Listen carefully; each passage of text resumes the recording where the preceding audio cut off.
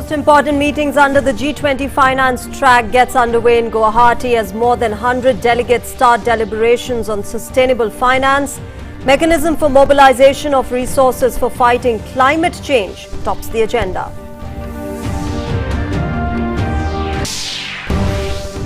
Today is the last day of the Education Working Group meeting in Chennai. G20 Employment Working Group meeting also to begin in Jodhpur.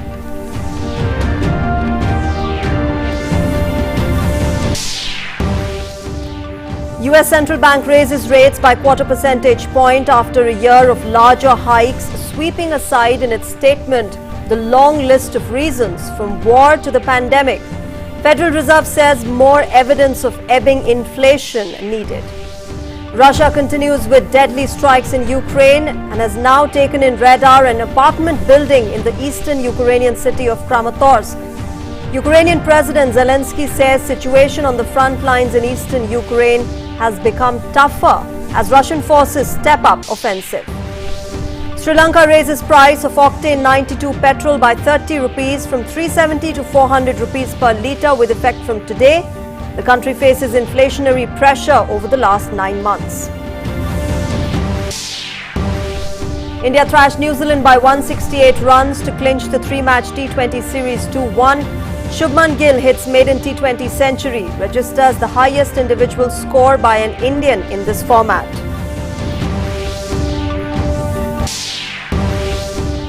Unbeaten Indian women cricket team take on host South Africa in the final of the Tri-Series at the Buffalo Park today.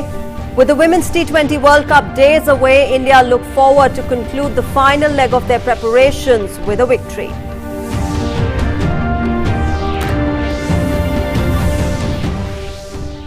Good afternoon. Welcome to this broadcast. I'm Shreya Upadhyay. Our top story first, the latest from G20. One of the most important meetings under the G20 finance track, the two-day-long first Sustainable Financial Working Group meeting got underway in Guwahati. More than 100 delegates start deliberations on sustainable finance from today. Mechanism for mobilization of resources for fighting climate change tops the agenda of the meeting. This first Sustainable Finance Working Group meeting is very important for the people of the globe. And with the coordinated efforts, with the public-private participation, with the proper policy, with proper roadmap, definitely out of this today's event, we are going to get a very important way out to meet the Sustainable Development Goals agenda and also the objective of the Paris Agreement. Lead India correspondent Ravi Dhiman gets us this exclusive report from Lokpriya Gopinath Bordoloi International Airport in Guwahati, where G20 delegates are arriving and are being welcomed by traditional dance and music of Assam.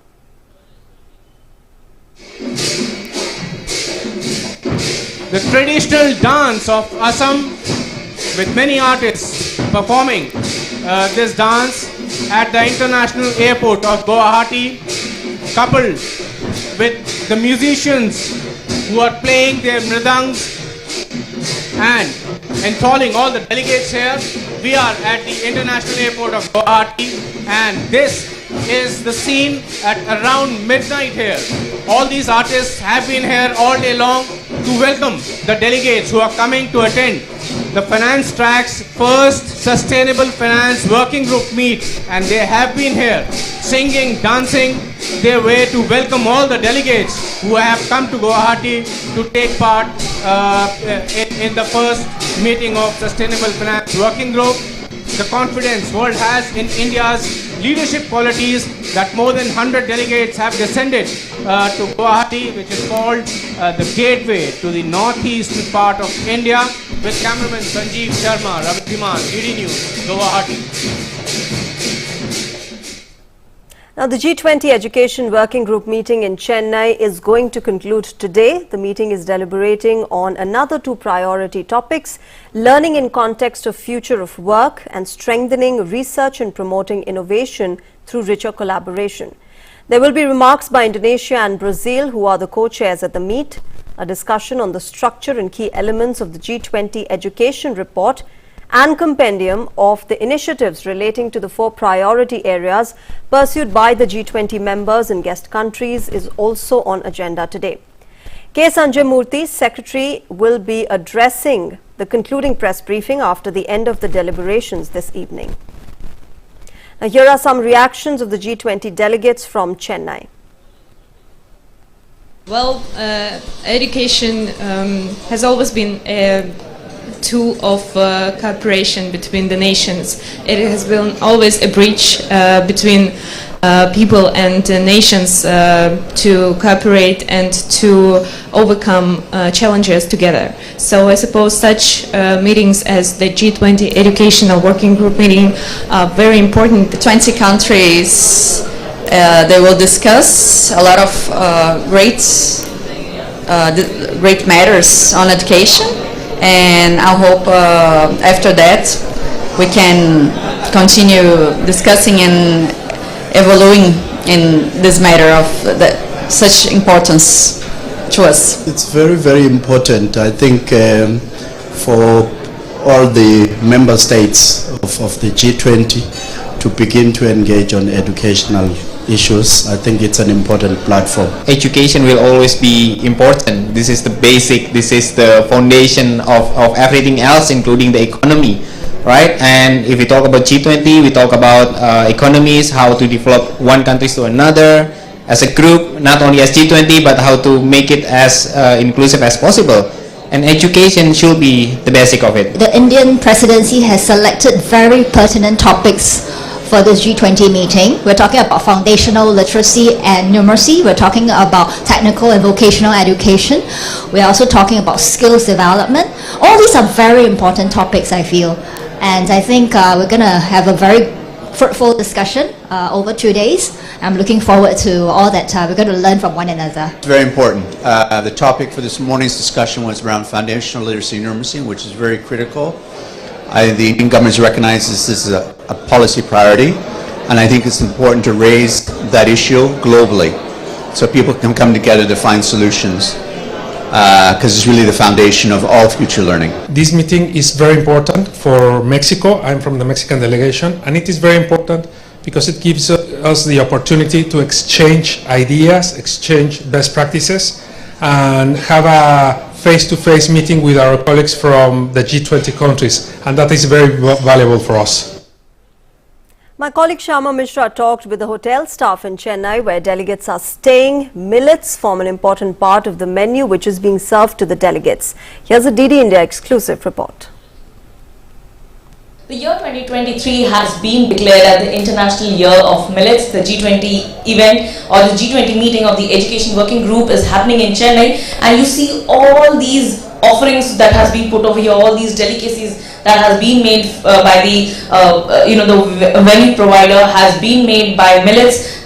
Usage of millets has been done over here, so you can see all your snacks, all your desserts, all delicacies have been made from millets. We have Chef Sujan Mukherjee with us. The G20 event has been given us a great opportunity to showcasing our culinary arts.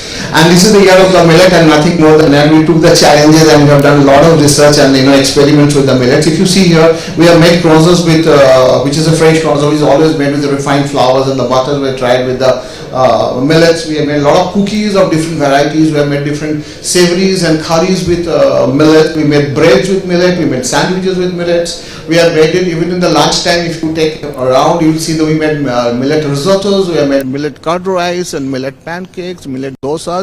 So there is no end to this is too, and we are showcasing to the international clients. They're extremely happy. They're asking what about millets, and we're explaining about different varieties of millets available in India, and how you can produce it. It is very, very healthy. It is really good. It is indigenous. It is from our villages. It is from our farms, and we are only doing the recipes, just tweaking it a little bit and experimenting. As a chef, I'm extremely happy that I'm showcasing something which is very, very Indian, but representing in an international style. All right, so we can see the smile and the delight on the chef's face that this is Indian, this is made in India, and we are representing it to the entire world. We also have a separate beverage section which have also the new and innovative ways of all those beverages, but it is made of millets. Let's go and find out what's special over there. So this is the area where I was talking about the beverages. So you can see rose milk, then you can see ragi malt. All this is made up with millets, usage of millets, and we have the director for food and beverages with us. What's different over here, and how have you made it? How have you taken up the challenge? So when we got this prestigious event as an offer, we were very honored, and we decided that this time we will move from the commercial side of the beverages to the traditional side. And as you see, our inspiration is coming from the rural areas and the homes. When you see the rose milk, it sounds very common, but it is a very common drink which we use throughout India, especially in the summers. We have also added a touch of quinoa seeds in that, sabja seeds, which also gives a cooling effect in the body. Moving on to ragi malt. Ragi malt is a traditional warm beverages which is made out of millet and a use of jaggery. So there is no use of processed sugar. Apart from promoting the health benefits of millets, they have also done some innovation and also are moving towards more traditional ways and highlighting our rural India. With camera person S. Jayashankar, this is Shama Mishra for DD India, Chennai. So that was from Chennai, and in fact, as India hosts the prestigious G20 summit this year, the first employment working group meeting will be held in Jodhpur today and will continue till the 4th of February. The 3 days employment working group meeting will work in areas such as addressing global skill gaps, gig and platform economy, and social protection and sustainable financing of social security. International organizations like ILO, OECD and ISA, Indian institutions like Niti Aayog and MSDE, EPFO will also be sharing their views on the topics. Member countries from G20 are also invited to share their interventions on the key areas. Along with the key deliberations, a panel discussion has been organized on the sidelines to discuss on global skills and qualifications harmonization, frameworks for common skill taxonomies on the first day. Today is World Wetlands Day. In a tweet, the UN said, and I quote, "Conserving and restoring wetlands helps protect biodiversity and is key for addressing the climate crisis." On World Wetlands Day, United Nations Environment Programme has more on the vital importance of protecting wetlands.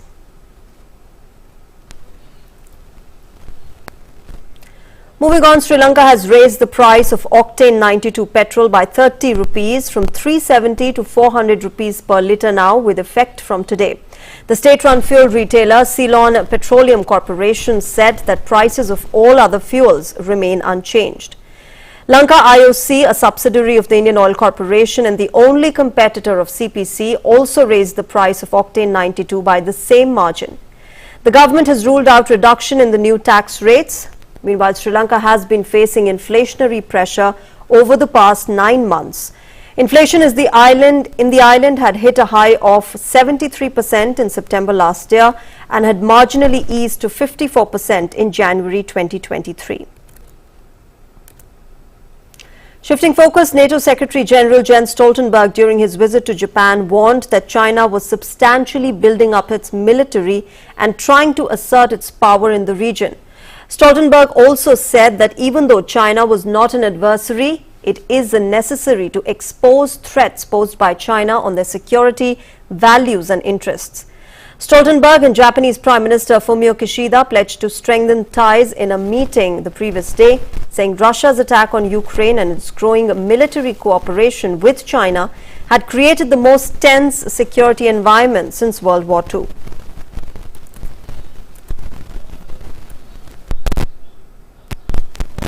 Beijing is substantially building up its military forces, including nuclear weapons, without any transparency. It is attempting to assert control over the South China Sea and threatening Taiwan, trying to take control of critical infrastructure, including in NATO countries. Moscow and Beijing are deepening their strategic partnership.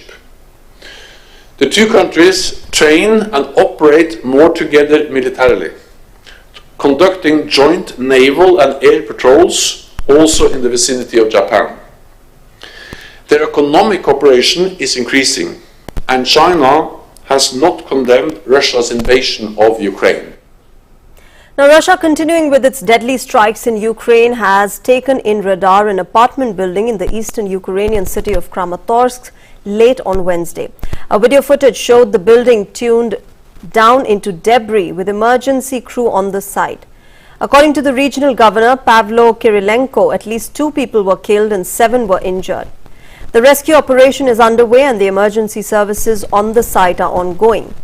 Local authorities initially said Russia had fired a rocket, but the police force later said an Iskander-K tactical missile had struck at 9:45 p.m. local time. However, Moscow has denied the strike responsibility, saying the missile was Ukrainian. Now, as the conflict between Russia and Ukraine continues, in a fresh address, Ukrainian President Zelensky said that the situation on the front lines in eastern Ukraine has become tougher as Russian forces step up the offensive. The Ukrainian president also said that he would make as many personal changes as necessary to fight corruption and stressed the need for the defense ministry to be honest.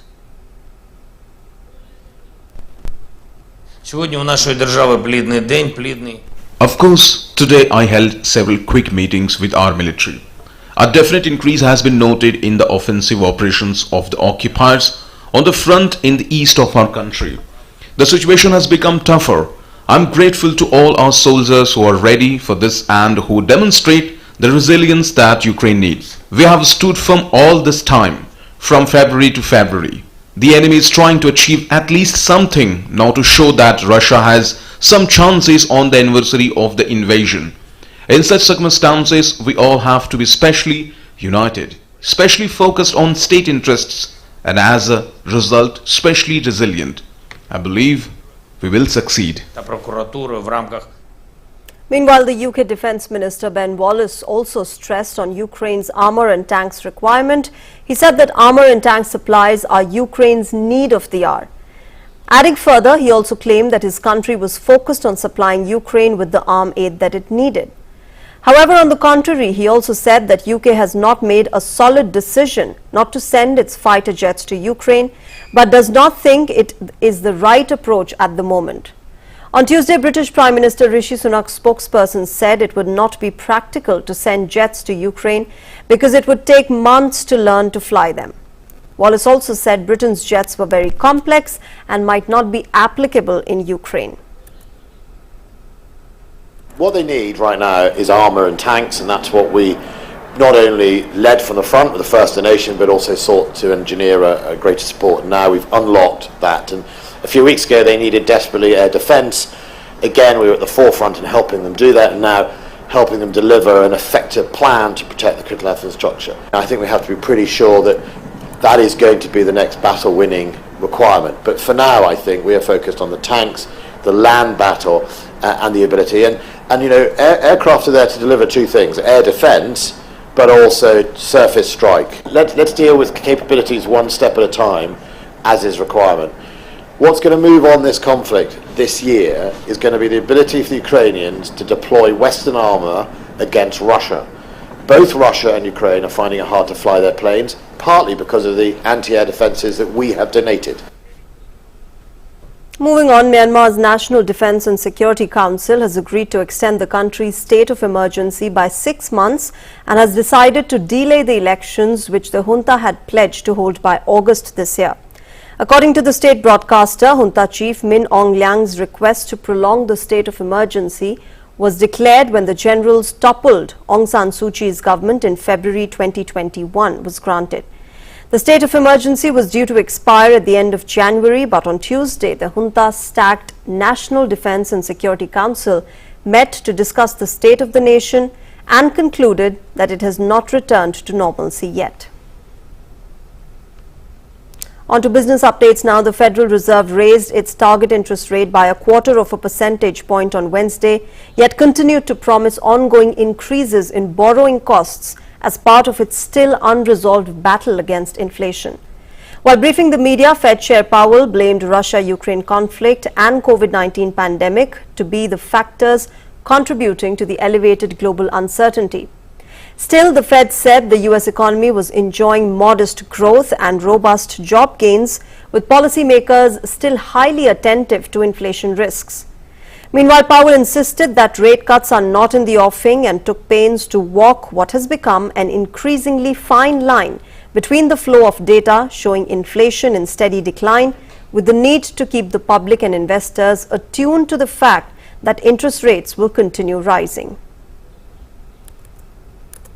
Shifting focus to sports now, India demolished New Zealand by 168 runs in the deciding third and final T20 international at Ahmedabad. Chasing the target of 235, the visitors were bundled out for a paltry score of 66 in 12.1 overs. Daryl Mitchell was the highest scorer for New Zealand with 35 runs. Meanwhile, in women's cricket, India will take on South Africa in the finals of the Tri-Series in East London today. The third team in the Tri-Series is West Indies. Of the 4 matches that Indian women played in the series, they won 3 while there was no result for 1. The match will start at 6:30 p.m. Indian prime time.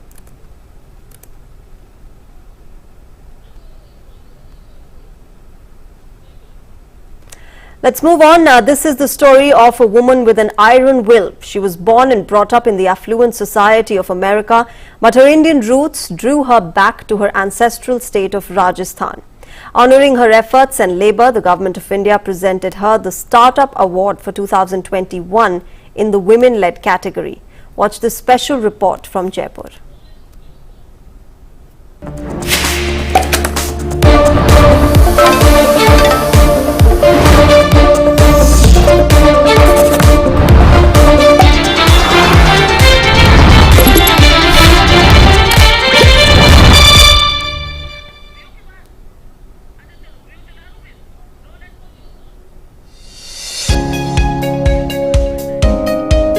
Graduate in International Relations from the Tufts University, New York, Ajita Shah has a dream for the women folk in villages. Frontier Markets Consulting Private Limited is the passion of Ajita Shah.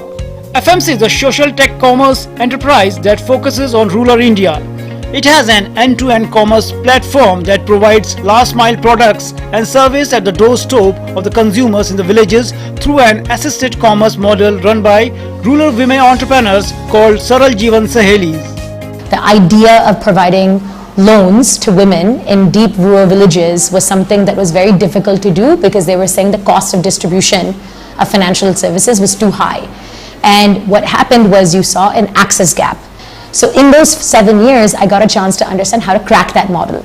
How can you actually start reaching rural families where they live and start providing an opportunity to give them financial services that would be relatively cheaper than what was available to them otherwise. Through FMC today, more than 2,200 Sahelis are not only contributing to their respective family incomes, but also providing online shopping facility in rural households. Armed with a mobile phone, these Sahelis have taken digital economy to new heights. Today, we have 22,000 women entrepreneurs with over 1 million customers transacting online through our platform, and we're able to deliver doorstep services to over 4,000 villages, working with all kinds of product and service companies, from agriculture to consumer durables and appliances, climate-friendly solutions, to digital payments, financial services, to cosmetics, to FMCG and essential services. While the field job is taken care of by the Sahelis, this call center in Jaipur at the FMC office is in regular touch with the Sahelis and the customers. Trying to address every concern, this call center is armed with digitally skilled women force who belong to Jaipur and nearby areas. In the next 5 years, Ajita plans to take FMC beyond Rajasthan and UP. Being recognized as a leading startup for initiatives that focuses on building commerce and market opportunities for women specifically gives us the ability to really start strengthening our relationship in policy with government, getting a platform for being recognized as a branded solution. So we're very hopeful to see how we can even scale further. We have a vision called She Leads Bharat, which is the goal is how can we, through this recognition, through this platform, impact over 100 million women, right, in the next 5 years. For her achievements, the parents and kin of Ajita are also very proud. We never thought that our American-born daughter, who led a luxurious life in the USA, would leave everything and go to Indian villages in the scorching sun, door to door, to serve our nation. She did not care about the hardships she faced and instead focused on the betterment of women. Passion of Ajita has not only won laurels for the family but also has given a new identity to these semi-literate village women. The company which started off with 5 lakhs is now more than 250 crore and also has an expansion plan in different states apart from Rajasthan and UP. This is the perfect example of Startup India, Digital India and also Beti Padhao, Beti Bachao. With cameraman Anand and Kashyap in Jaipur, this is Vishal Baristo for DD India. And you can watch the story of Frontier Markets Consulting Private Limited this Saturday at 9 p.m. on DD News, 10 p.m. on DD India and on Sunday at 12 noon on DD National. And with that, we wrap up this broadcast, but news and updates will continue on DD India. Thank you very much for joining us right now. Namaskar.